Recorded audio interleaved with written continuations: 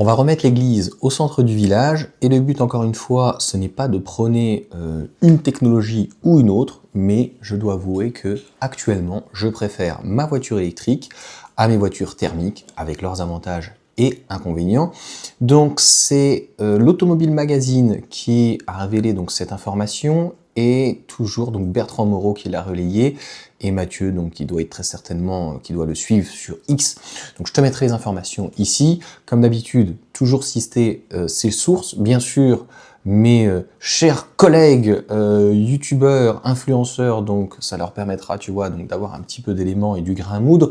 Donc moi, si tu veux, je suis pas là pour comment expliquer, faire la chasse en tout cas aux sorcières, mais au moins à rétablir la vérité, puisque malheureusement, les médias traditionnels, à la télé, à la radio, ils racontent n'importe quoi. Et tu vois bien, donc Automobile Magazine, mais d'autres, il y a encore énormément de journalistes, en tout cas dans l'automobile, qui eux, le restent.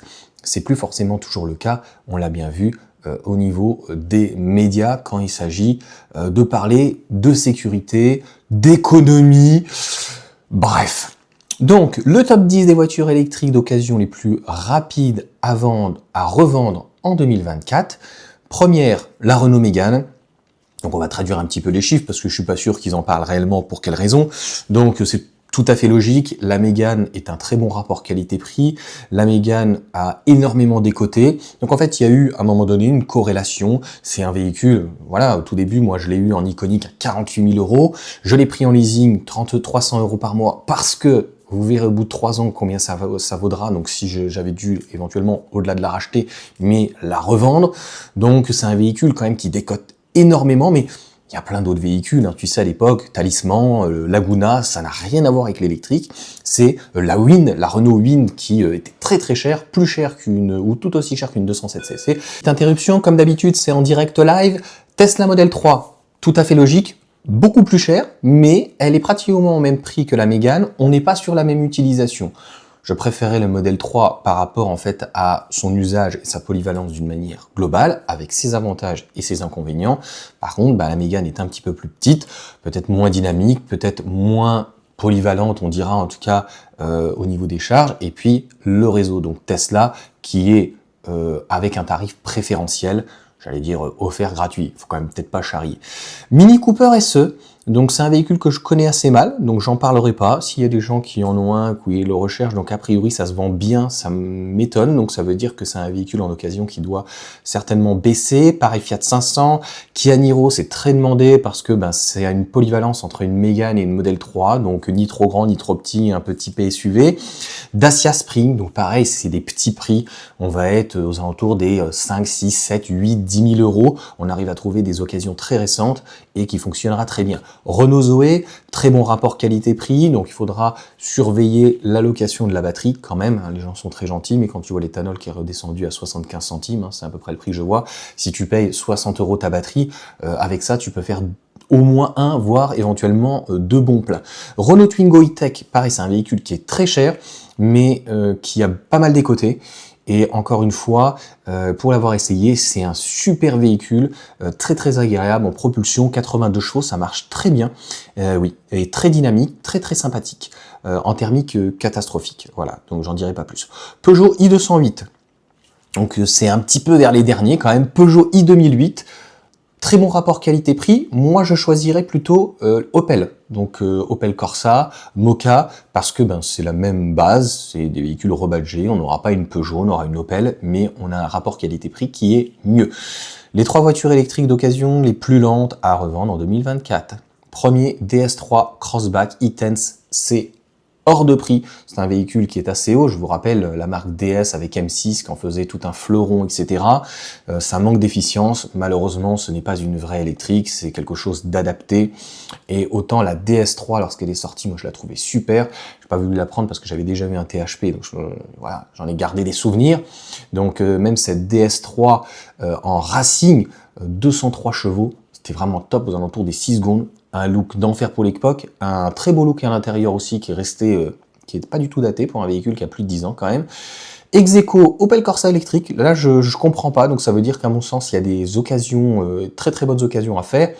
sachant que c'est un bon rapport qualité-prix. C'est vrai que la première monture par rapport à une Mégane qui elle fait le job dès le départ, 40 kWh, surtout 60 kWh en techno ou en iconique. Là, la Corsa électrique, donc c'est toutes les premières avec une consommation un petit peu plus importante, le moteur de chez Continental de 136 chevaux et entre guillemets une plus petite batterie. Donc c'est vrai que les gens vont peut-être avoir tendance à attendre celle en 156 chevaux et une batterie qui soit un petit peu plus, qui aurait un peu plus d'autonomie, mais j'ai quand même du mal à comprendre. Alors la dernière, deuxième ex-aequo, Audi e-tron 210 jours, voilà, 210, 210, 240, quand tu vois que les autres qui mettent à peu près 50 jours, hein, c'est kiff kiff bourricot.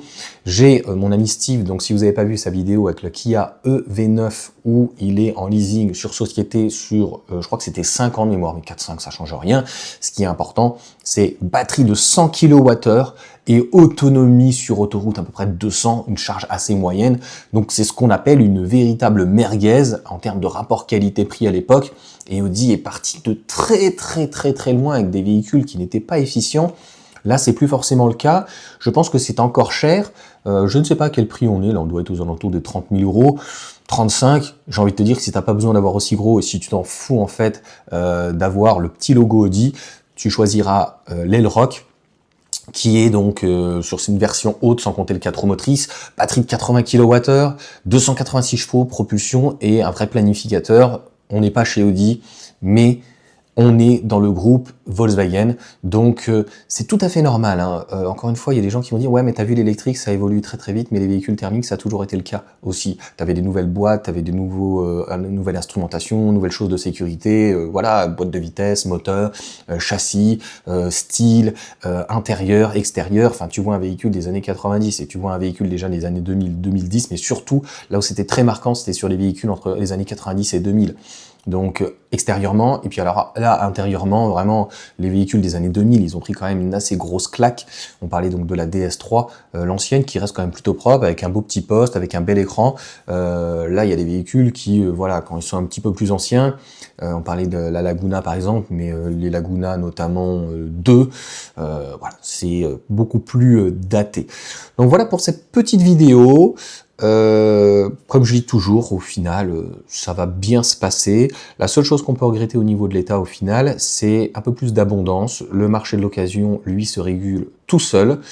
Il est un peu biaisé sur les véhicules thermiques parce qu'il y a eu la prime à la conversion, mais moi j'aurais été pour plus de primes de bonus ou autre ou quoi que ce soit, et uniquement des aides qui soient axées sur des bornes stratégiques et pas chères, et éventuellement donc des primes à la conversion de 1000 à 2000 euros sur des véhicules qui étaient vieux ou cassés, accidentés, et ça permettait donc de renouveler le parc. Mais bon, tu sais, quand on a des gens comme Bruno Le Maire, on a quand même des gens qui sont, enfin, au pouvoir, c'est quand même pas des génies. Mais bon, ça, c'est un autre problème. Sur ce, ciao à tous.